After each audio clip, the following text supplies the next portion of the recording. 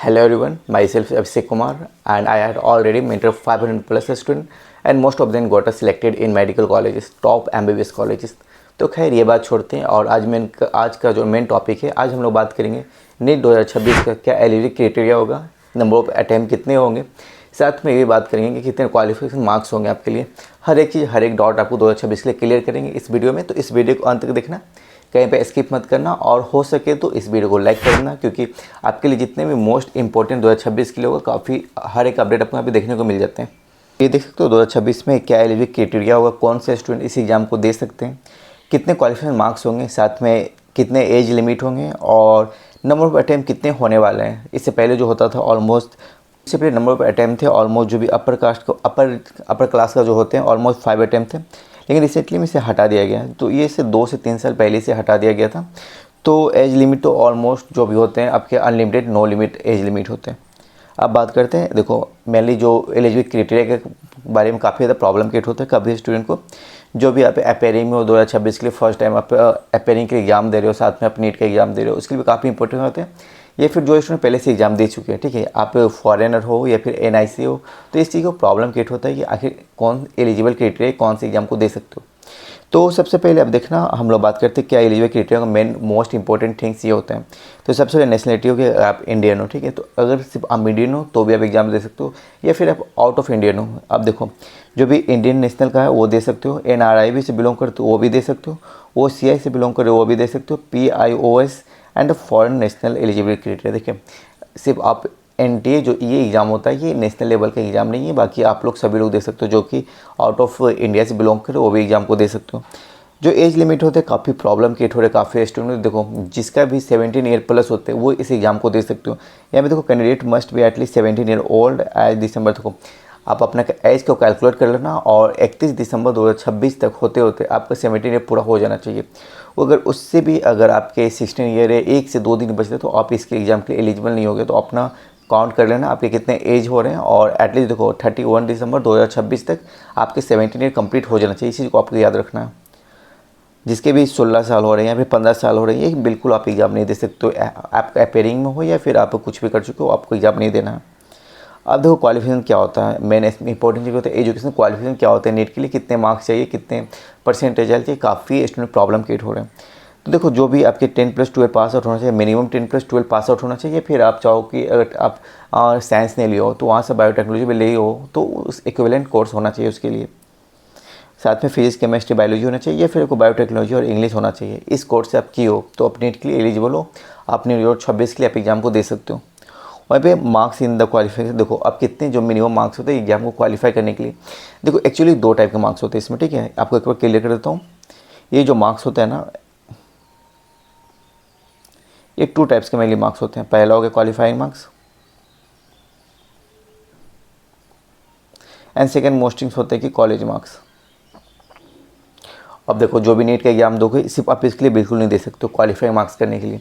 जो भी mostly student देते हैं कॉलेज कटअप के लिए देते हैं। इसमें जो क्या होता है ना, जितने आपके स्कोर आते हैं इसके जिसको मान के चलो 500 प्लस ही जो अराउंड स्कोर लाते हो तभी आपको कोई गवर्नमेंट कॉलेज मिलते हैं। और इसमें क्वालिफाइंग मार्क्स के ऑलमोस्ट जो कि कैटेगरी वाइज डिफरेंट होते हैं। जैसे कि आप जनरलिस्ट कैटेगरी बिलोंग करते हो तो 145, फिर आप अगर फिर OBC से बिलोंग करते हो OBC के लिए 135, इस तरह से इतने कटअप जाते हैं, ठीक है। तो ये एक कैटेगरी कटअप भी बोल सकते हो या फिर आप बोल सकते हो क्वालिफाइंग मार्क्स होते हैं ये। आई होप आप समझ गए कि क्वालिफाइंग मार्क्स और कॉलेज कटअप क्या होता है। अब देखो इसमें जो भी जनरल कैटेगरी 50 परसेंटाइल होना चाहिए, OBC SC ST के लिए 40 परसेंटाइल होना चाहिए, और PWD से बिलोंग करते हैं इसके लिए 45 परसेंटाइल मिनिमम होना चाहिए। अब देखो बात करते हैं नंबर ऑफ अटैम्प्ट, कितने नंबर ऑफ अटैम्प्ट होना चाहिए। एक्चुअली इससे पहले अगर बात करें 2020 से पहले बात करें तो नंबर ऑफ अटैम्प्ट लिमिट था। जो भी अपर क्लास के थे उनको 5 अटैम्प्ट दिया गया था, और जो कि लोअर क्लास से थे उनको 30 ईयर तक दिया गया था, ठीक है। लेकिन अब रिसेंटली सब कुछ हटा दिया गया, आप कितना ईयर भी दे सकते हो, ठीक है, नो लिमिट है। आप 10 अटैम्प्ट ले लो, 20 अटैम्प्ट ले लो, वाट एवर आप पे डिपेंड करता है आप कितने अटैम्प्ट ले सकते हो। देखो अपेयरिंग फॉर 2026 के कोई भी इसमें एज लिमिट या फिर आपको अटैम्प्ट का कोई भी इसमें रिक्वायर्ड है नहीं।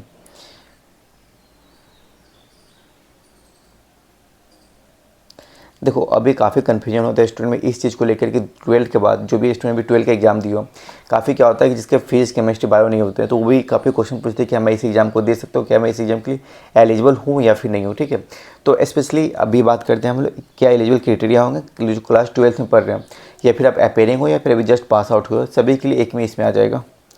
तो देखो जो भी स्टूडेंट अपेयरिंग कर रहे हो, ठीक है, तो जो जनरल कैटेगरी से बिलोंग करते हो उसका मिनिमम परसेंटाइल होना चाहिए किस में, फिजिक्स में, केमिस्ट्री में, बायोलॉजी में। ठीक है, या फिर आपको बायोटेक्नोलॉजी भी है अगर आपके पैरेलली इक्विवेलेंट 12th में, तो आपके 50% मिनिमम होना चाहिए जनरल कैटेगरी के लिए।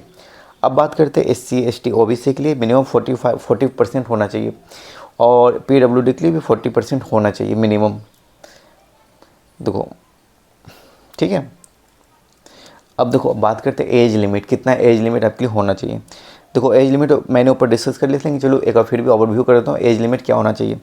जो भी जनरल कैटेगरी से बिलोंग कर रहे हो 17 ईयर, 17 ईयर सबका मिनिमम एज क्रिएट होगा, चाहे आप जनरल कैटेगरी से बिलोंग करते हो, OBC से बिलोंग करो, EWS से बिलोंग करो, कोई भी अदर कैटेगरी से बिलोंग कर रहे हो, तो मिनिमम आपको 17 ईयर्स कंपलसरी आप लेकर चलो, तभी आप एग्जाम में बैठ सकते हो। अब जो इससे पहले क्या था कि जो अपर एज लिमिट था, जैसे कि यहाँ पे देख सकते हो 25 तक जनरल था, OBC का देख सकते हो 30 ईयर से, SC 30, ST 30 और अदर कैटेगरी 30 ईयर, मतलब जनरल कैटेगरी 25 साल तक इस एग्ज़ाम को दे सकते थे, लेकिन रिसेंटली इसी को हटा दिया गया। अब 2026 का देख सकते हो, ये 2026 नहीं, ये 2020 के बाद ही ये आपके ये एलिजिबल हो गया। ठीक है, मतलब अपर एज लिमिट को हटा दिया गया और आप कोई भी कैटेगरी से बिलोंग करते हो आप अनलिमिटेड टाइम दे सकते हो। अनलिमिटेड कहने का मतलब कि आप जितना भी दे सकते हो, 40 30 जो भी आप पे डिपेंड करता है आप दे सकते हो। अब इसमें कोई एज लिमिट है नहीं। अब देखो मेनली क्वालिफाइंग मार्क्स, जैसे कि मैं आपको बताया था, क्वालिफाइंग मार्क्स जनरली दो टाइप के होते हैं। एक बस कटअप को क्रॉस करना रहता है, जो कि कैटेगरी कटअप काफ़ी लो रहते हैं, ऑलमोस्ट देख लो यहाँ पे जो भी 145 जनरल के लिए रहेंगे, और OBC की बात करें, SC की बात करें, ST की बात करें, 135 ऑलमोस्ट काफ़ी होते हैं, इससे ज़्यादा आपके स्कोर जाते नहीं है। अब जो कॉलेज कटअप रहते हैं मिनिमम आप लोग 500 मानकर चलो। अगर आप चाहते हो एक गवर्नमेंट कॉलेज लेना, ठीक है, या कोई भी गवर्नमेंट कॉलेज या टॉप मेडिकल कॉलेज लेना चाहते हो, जो टॉप मेडिकल कॉलेज का होता है 640 प्लस आप लेकर चलो। ठीक है, 640 प्लस पे आपको ऑल इंडिया रैंक कहीं से भी आपको कोई भी टॉप मेडिकल कॉलेज मिल जाएंगे। मिनिमम जो क्राइटेरिया रिक्वायर्ड होते हैं 640 मार्क्स होते हैं, लेकिन आप नॉर्मल MBBS करना चाहते हो एवरेज स्कोर के साथ, तो ये एवरेज स्कोर होता है 500 मार्क्स एवरेज स्कोर पे आप कहीं पे भी MBBS कोर्स कर सकते हो। अब देखो ये आपका नीट कोड, जब आप फॉर्म फिलअप करोगे तो आपके नीट कोड को फिर से रिलीज़ किया जाता है। तो मैं रिसेंटली आपको इस चीज़ को डिस्कस नहीं करता हूँ। देखो यहाँ पे ऑलमोस्ट 7 कोड को दिया जाता है। 7 कोड जब आप नीट का फॉर्म आते हैं तो उस टाइम आपको कौन से कोड यूज किया जाता है। अगर आप अपेयरिंग में हो तो अपेयरिंग के लिए कौन सा कोड को यूज किया जाता है, आप पास आउट हो चुके हो, ड्रॉपर हो चुके हो, या फिर आप कितने नंबर पर अटैम्प्ट हो चुके हैं। नॉर्मली जो कोड रहता है उस पर डिपेंड करता है। तो अभी कोड के बारे में डिस्कस नहीं करूँगा। कोड के लिए डिस्कस करने के लिए जैसे आपके नीट एप्लीकेशन फॉर्म आते हैं तो मैं उसके लिए आपको रिगार्डिंग कर दूंगा कौन से कोड आपको कंपलसरी भरना है।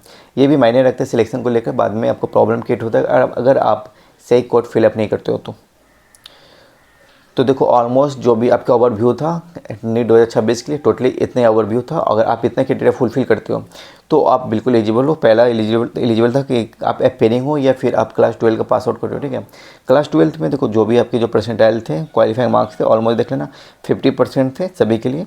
और जो भी एज लिमिट होते हैं, अब एज लिमिट को नो एज लिमिट है, सबको हटा देगा। ठीक है, तो आप यहाँ से भी देख सकते हो। और 12th में स्पेशली जिसके भी केमिस्ट्री हो, फिजिक्स होना चाहिए और बायो होना चाहिए, वो आप दे सकते हो।